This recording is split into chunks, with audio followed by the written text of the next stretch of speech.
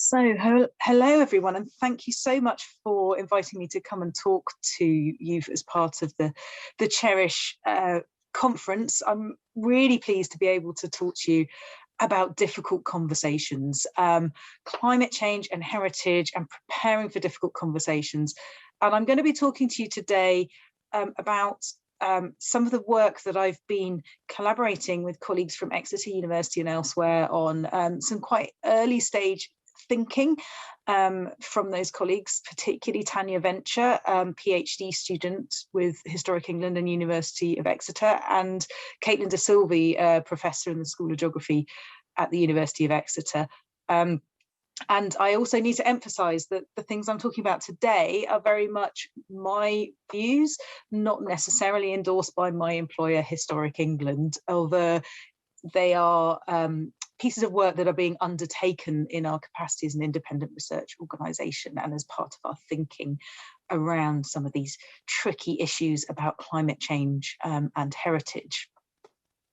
So I think we all know, as you will have heard from other speakers today, that we're facing some very serious challenges around climate change, particularly the changes in precipitation. We're looking at warmer, wetter winters, hotter, drier summers, changes in the intensity of rain that falls, patterns of precipitation, seasonality of that, flooding, and then wildfire and drought at the other extremes, changes in the temperature of land and sea, sea level rise, extremes, disrupted seasonal patterns, changes in plant growth.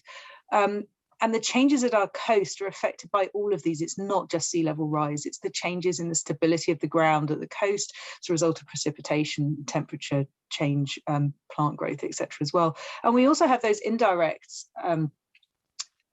impacts as we respond to climate changes, both to changes to mitigate that climate change through changing the ways in which our power is generated and moving to more sustainable sources of energy, but also as we adapt our environment to be able to live with those changes in precipitation, temperature, protect ourselves against flooding, etc. And we will see the impacts of that around our coastline in particular. I also want us to think a little bit about what heritage is. And so one of the ways in which I think about it is yes, it's about the past, but actually it's about caring for the future. Everything that we do when we think about heritage and the historic environment is about trying to protect things, conserve things, pass things on to future generations. And often that's very focused on the physical heritage assets. And I've identified some of those protection mechanisms there that we think about through designation, listing, scheduling, etc., which in some instances provides legal protection. We must remember that's just for a very small proportion of assets, not by no means all sites. Through planning and development management and the ways in which the decisions are made about how the future of our heritage assets and our places play out when people decide to build new things and change the way in which our landscape is used. Through agri-environment schemes, so the ways in which we pay landowners and those that manage our landscapes to protect heritage. And through benevolent ownership, I think we often forget that actually a lot of our protection for our heritage occurs through people looking after the places that they own, whether that's homeowners or landowners or owners of huge assets and big landowners like the people like the National Trust. But all of those are underpinned by an idea of preservation in situ as being the kind of holy grail, trying to keep things as they were, or indeed making decisions which are about managing our historic buildings and structures by replacing like with like, keeping things as they were originally intended. There are flaws with that. I'm kind of being a bit glib in the way in which I use those phrases, but at the heart, that's really what we're trying to do. And you can probably see that as we look at the challenges of climate change, that becomes much harder. We are all going to have to change. Business as usual is not possible. And what is expected, possible and feasible in terms of looking after our heritage is changing. So we need to think about, in that context, what is our heritage for? What is our legacy? It's what we pass to the next generation. And there's a quote here from Marcy Rockman talking about our cultural suitcase, quite a useful concept about how we collectively choose which heritage, what we take forward into the future. And one of the points I'd also like to make is that it's not just about the physical, it's about the intangible heritage, about the skills, about the knowledge, about the stories, about the traditions, as well as about physical assets. And just perhaps bear that in mind as I talk about some of the other aspects of these difficult conversations we have to have. Another strand, which I'm not going to have time to focus on today, but is important, is thinking about what we value and how we value that. The ways in which we identify those values, incredibly critical to thinking about those, and part of those difficult conversations about what we're going to manage and look after into the future. So this is a slide stolen from Tanya, which gives me the strange option of quoting myself on the slide there, but it seemed like a helpful reminder that I had once said, talked about need for the heritage sector to develop a framework to discuss the management of inevitable change and loss, and particularly on the coast, and the ways in which that can help us have meaningful contributions to wider conversations. So at the crux of these difficult conversations is this idea of our inability to look after everything, the fact that we will lose things, and the fact that the rate at which we're losing things is likely to change and increase. And we need to think carefully about how, as a sector, as people, as citizens, as communities, we're going to engage with that, and as professionals, how we can help navigate that. So as part of her PhD, Tanya has been looking at how we address some of these things within the coastal context, how we think about loss, how we can navigate the tricky language of the sorts of changes that we're facing. And she's proposed a framework with 4 categories of loss, which are set out here. One is the invisible loss, those things that we might not even notice until they're being lost or until they're gone. One example there is the Haysborough footprints, which are simultaneously discovered and lost at the same time as they are exposed. They're incredibly vulnerable. It's just not possible to preserve them. But the knowledge and the opportunities for discovery through that are sometimes considerable. And then that adaptive loss, the ways in which things might transform from one state or one set of values or one sort of site into another, often over a fairly long period of time. And as they change, they may provide different opportunities for different ways in which they might be used and valued and contribute to those places. And there's the inevitable loss, which I think is probably that we're most familiar with, where we know that things are going to be changing in a lot of our coastal places. And that presents a challenge, but also an opportunity for how we can renegotiate our relationships with those places.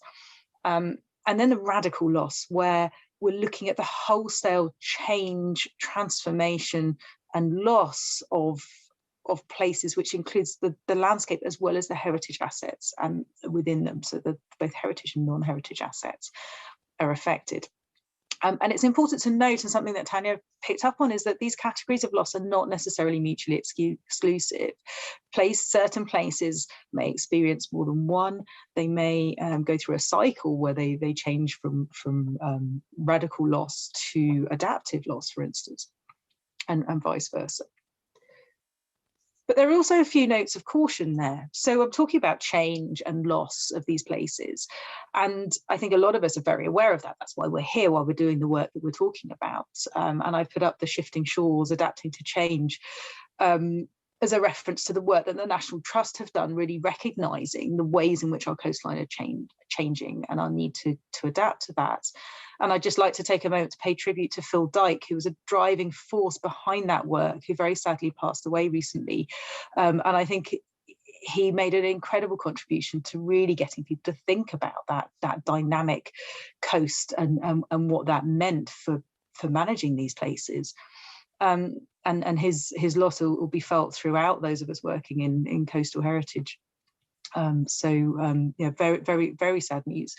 But also on the other hand, we have this quote from Rachel Carson about that continuity, the sense of continuity that we often feel at the coast, despite all of that change that runs through time, often that sense of continuity over thousands of years. And I myself have undertaken research with an anthropological colleague in the east of England, where people were commenting that even in those places where you've got the most radical recession of our coastline, what people value about those places is that nothing changes, that it's that sense of continuity that they really value. So we have to remember that not everyone is going to perceive change and loss in the same way, and we have to be very careful, therefore, about how we approach that.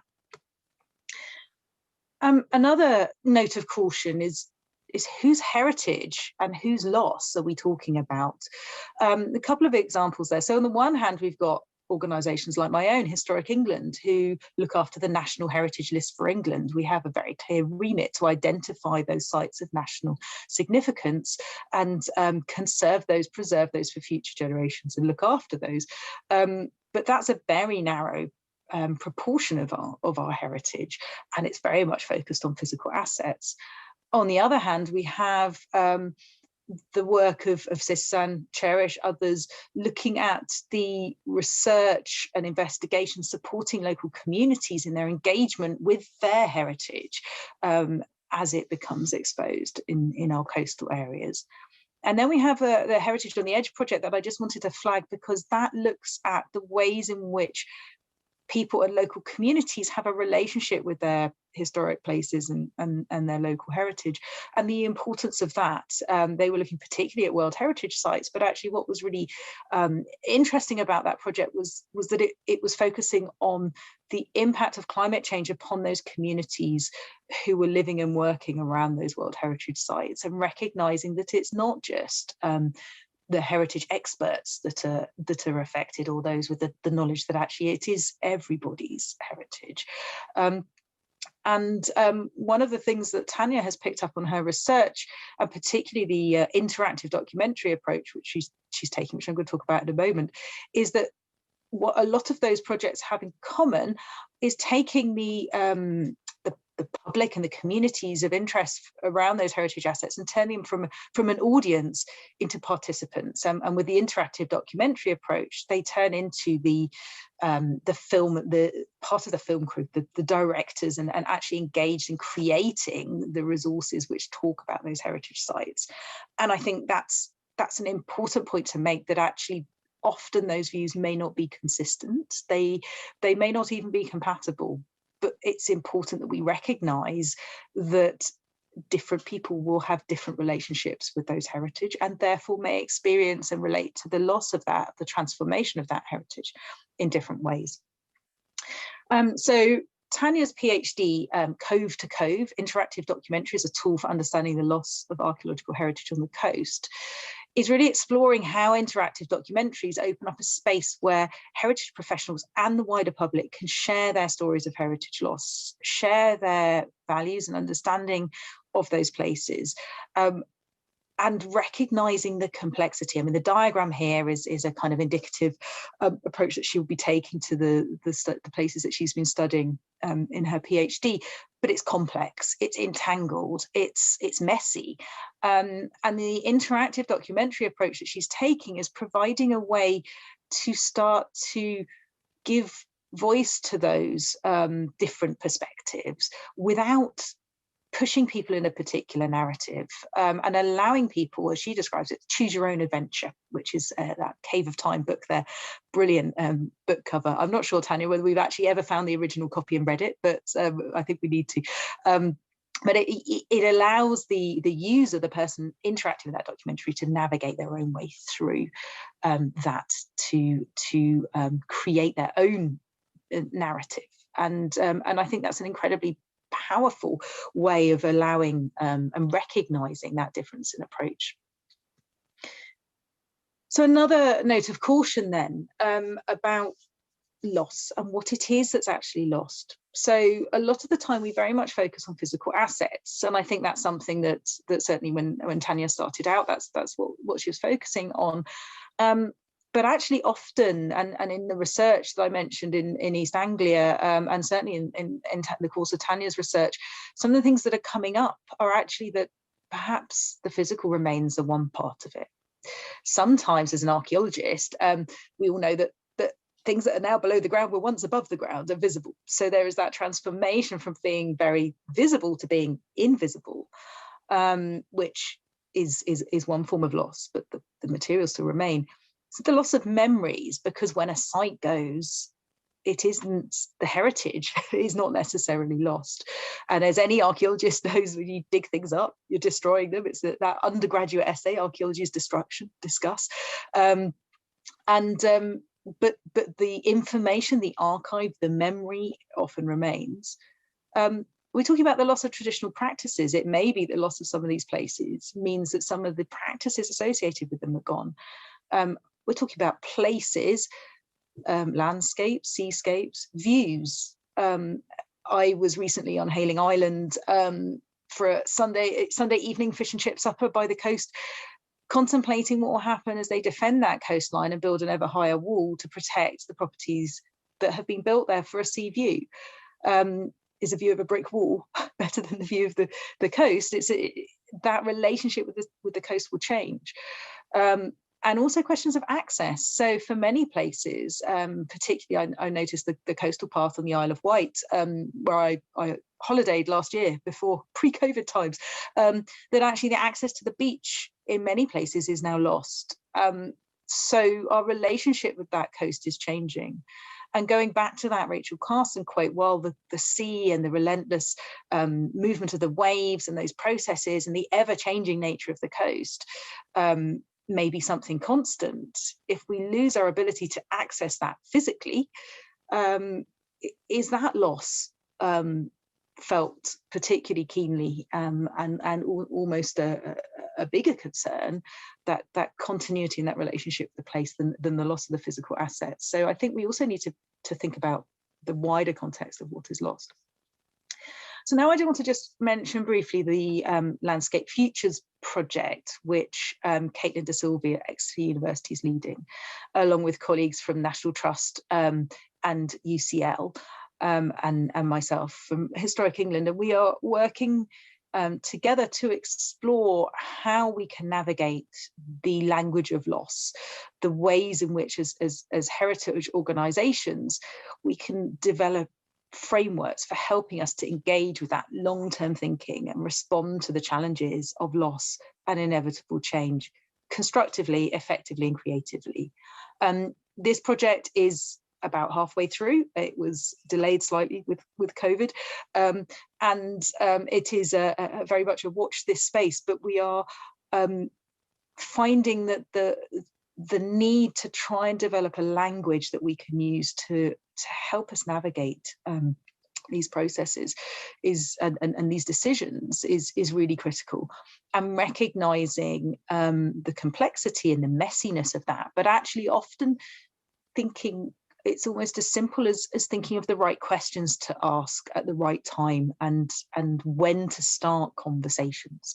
And actually what's emerging from both Tanya's research and the Landscape Futures research is the importance of difficult conversations, of being prepared to have those, and being prepared to support the public and the communities associated with these heritage assets and places with those difficult conversations, and to start that process sooner rather than later, even in the context of uncertainty. And that feels like a very uncomfortable thing to do, as certainly from a kind of regulatory perspective, but we really do need to start thinking about how we might do that. And that's what we're hoping to achieve with the Landscape Futures, is the start of that process, to start to be able to develop some ways in which we might go about doing that.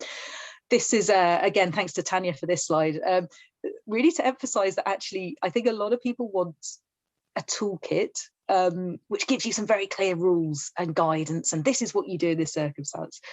But the more we explore this issue, the more we realize that for these difficult conversations, the code is definitely more like guidelines rather than actual rules. So definitely Pirates of the Caribbean got it right there. So thinking about preparing for those difficult conversations, and I like to talk about a cultural toolkit for the future, the ways in which the skills that we have as cultural heritage professionals can really help us navigate that difficult future, and specifically around this issue of difficult conversations in relation to loss and change. Our ability to think long and human and to contextualize that constant nature of change around the coast is helpful and reassuring to many. And actually, I think an awful lot of people already accept and understand that. And sometimes we may be overthinking or over worrying about the suddenness of the controversial nature of the change and what that means for the loss of some of these assets. The language is really important, really trying to understand how we can start to talk about this and developing a shared language and definitions, which will help.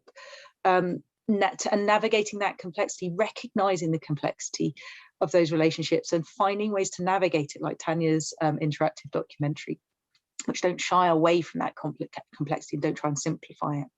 And again, as part of that, recognizing and reflecting those different voices, providing platforms for those voices and listening and hearing those. And the engagement that is not about telling, it's not about thinking about an audience, but allowing those groups which may have traditionally been seen as an audience to engage, to become directors, to actually take ownership for their heritage and how we can facilitate that.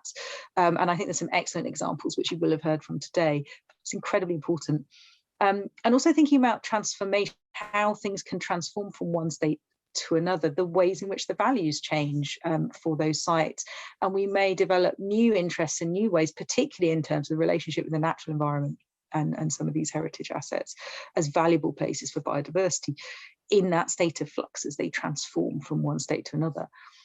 But also we are experts in remembering, and there is life after loss. So remembering the traditions, the ways in which we think about places and share that knowledge and share that heritage doesn't rely on physical things in places, and we have to remember that we are good at that, and we have skills for doing that. So thank you for listening. I look forward to receiving questions. Do tweet me if you've got any thoughts. @Hannah Fluck is my Twitter handle, and thank you very